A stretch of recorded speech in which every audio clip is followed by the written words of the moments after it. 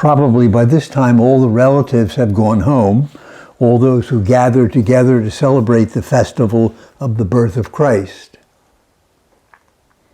But that shouldn't be surprising, because that's exactly what happened at the first Christmas. The shepherds all went back to their flocks. The wise men all went to wherever they came from. Even the Holy Family ran away in fear and tried to cross the border into Egypt. I hope they were more successful than people who are trying to do that out of fear today.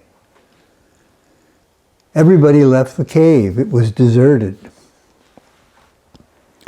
But for us, who were not privileged to see the Christ in the flesh, we who live by faith, by trust in what he told us and what he showed us and what he asked of us, for us, we have to continue to go back to the cave.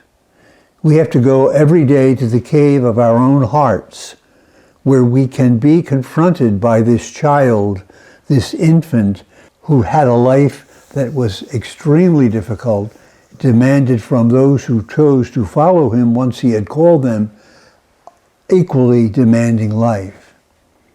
Someone once said, a very holy monk, that Jesus never commanded us to adore him.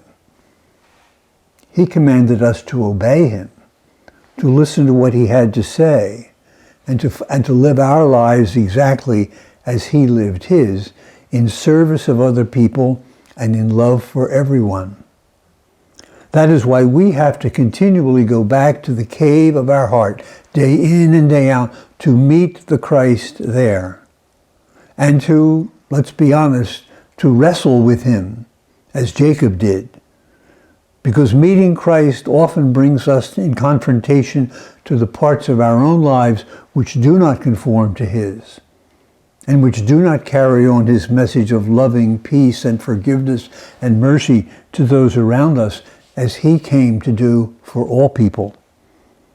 So perhaps as we end the Christmas season, it would be good for us to resolve to go back to the cave of Bethlehem, the cave of our own heart, and meet the Christ there, to listen to him and then to obey him until he comes again to take us to the Father.